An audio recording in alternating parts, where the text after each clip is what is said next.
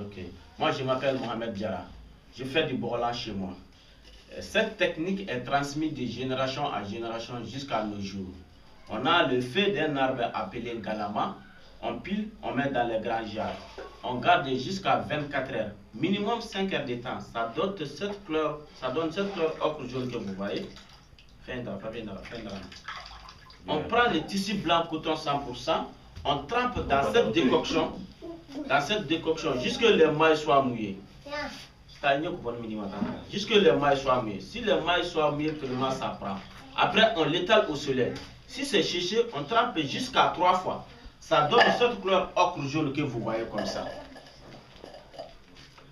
C'est 3 trempages. On a le deuxième arbre qui s'appelle Bekou, les raisins sauvages.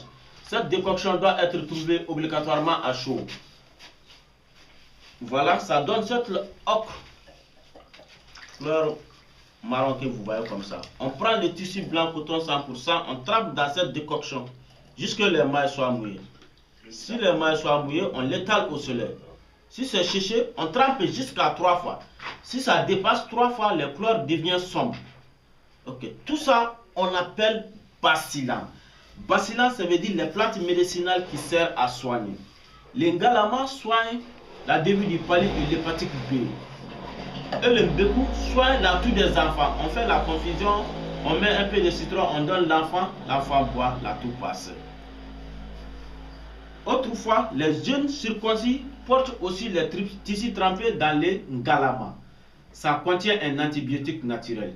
Si ça touche la plaie, ça facilite la cicatrisation. Ok. Et les chasseurs aussi portent les tissus trempés dans les ocre marron. On a une technique autour, on a une histoire autour de la technique. On dit qu'un chasseur était habillé en tenue basilan. Il est parti à la chasse, il a tué un animal. L'animal est tombé dans une mare où il y avait beaucoup d'argile. Il est rentré pour prendre son gibier, il a l'étalé sur son épaule. Arrivé à la maison, il a donné son tenue de chasse à sa femme de laver. Dans ce cas, la tâche est restée là-bas indélébile.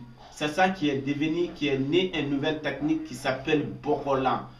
Boko, ça veut dire l'argile. Là, ça veut dire le résultat de l'argile sur le tissu qui est appelé Bokolan fini. À partir de cet instant, sa femme aussi a essayé de décorer sur son pain avec l'argile. On dit que les femmes ont créé les bokoya, mais les hommes ont rentré là-dedans pour bien améliorer. Ok. Autrefois, ce n'est pas n'importe quelle femme qui faisait ces techniques-là. C'est les femmes qui ont à l'âge de la retraite. Si leur fils est marié, les belles-fils s'occupent de la cuisine et il faut que garder les enfants et faire des trousseaux de mariage pour les générations de jeunes filles qui devaient se marier.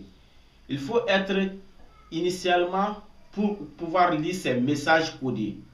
On a quelques signes, je vais vous montrer quelques signes que vous allez voir.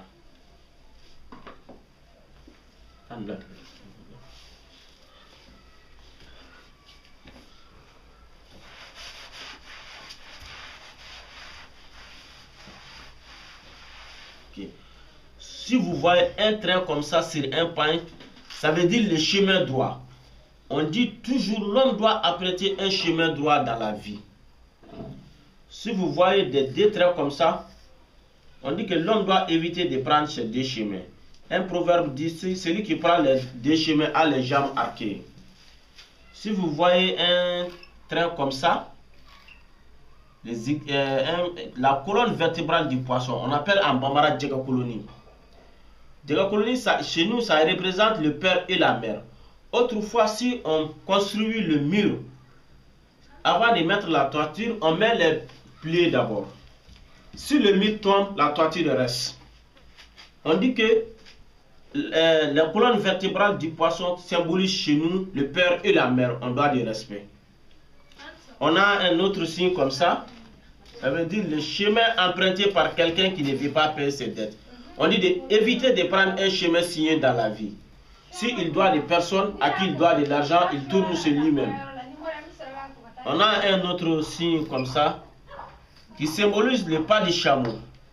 Autrefois, nos ancêtres voyagent à dos de chameau. Eux aussi les kidnappeurs. Si une femme attache ses pailles, il donne conseil aux autres. Gardez vos enfants, il y a des kidnappeurs qui arrivent. On a un autre signe comme ça, qui représente le pas de crocodile. Autrefois, si on veut créer un village, on cherche un coin d'eau. Là où il y a de l'eau, rare, on peut trouver le crocodile là-dedans. On ne tue pas ce crocodile. On fait bon voisinage avec ce crocodile. Oh, le crocodile vient, même le totem du village, s'il ne soit pas agressif. S'il soit agressif, on le tue. Mais s'il ne soit pas agressif, ce sera le totem du village. Ils connaissent ce qui est passé autrefois et ce qui va venir. On a un autre signe comme ça. Un cercle avec les dentelles autour. Avec un point qui représente la famille unie. Chez nous, si le père est là, il y a ses enfants qui sont là, les enfants, et ils ont votre petite famille à côté. Si le père n'est plus, c'est l'aîné de la famille qui prend la place du père. Il fait tout pour sauvegarder cette unité de la famille. Parce qu'on cultive ensemble, on mange ensemble. Si le père n'est plus, l'aîné de la famille qui fait tout pour sauvegarder cette unité de la famille qui est représentée comme ça. Si on voit un cercle avec un point qui symbolise l'espoir. Chez nous, l'espoir d'une chef de famille, c'est son grenier à 1000. Ok, si on a un autre signe, ça c'est un bambara dankin. On appelle en français le carrefour. On dit que l'homme doit être à l'image d'un carrefour, être serviable dans la vie, être ouvert à tout le monde. Parce que le carrefour est fréquenté par les piétons et les véhicules. Si quelqu'un est malade aussi, on le fait soigner avec ses plantes médicinales. On dit à l'intéressé, il faut aller jeter ses plantes médicinales au carrefour. Si les piétons passent et ils voient ces plantes médicinales jetées au carrefour, il fait des bénédictions pour que l'intéressé puisse être guéri.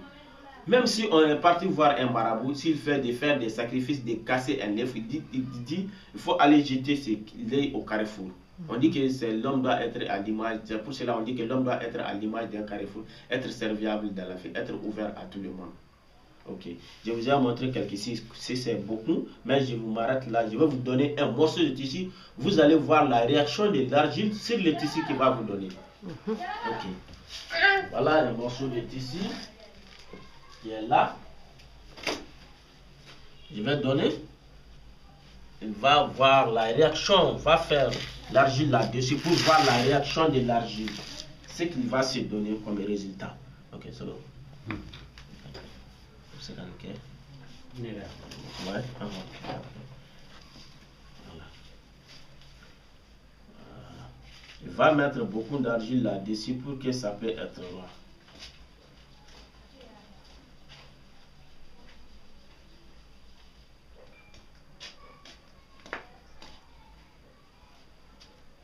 Parce que l'argile contient du fer. Et le ngalama contient un fixatif naturel. Si ta touche, ça donne une tache qui est indélébile, qui est appelée bokola. Ok, il faut mettre assez d'argile là-dessus.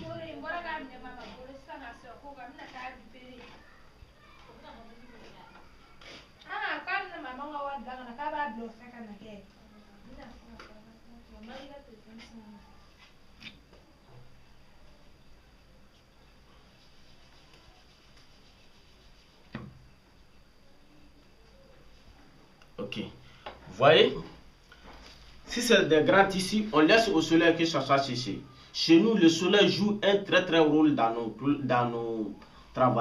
S'il n'y a pas de soleil, il n'y a pas de jolies couleurs. Ok, on lave directement le tissu dans l'eau simple pour voir la réaction de l'argile.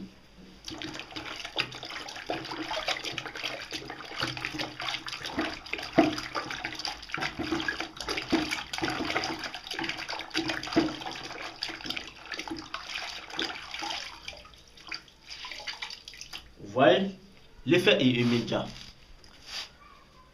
Ça, c'est la première étape. On a jusqu'à 3 étapes. C'est la première étape comme ça. Normalement, on trempe le tissu dans l'engalama 2 fois encore. Si c'est séché, on revient l'argile là-dessus.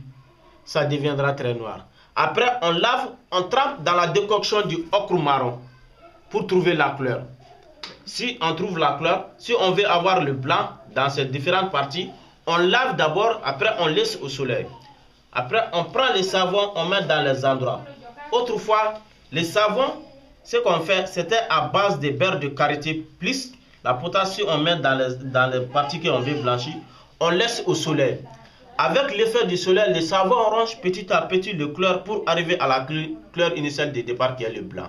Mais avec l'évolution des techniques maintenant, on met un tout petit quantité d'eau de javel pour que ça aille très vite. Ok. Compris. Voilà. Merci.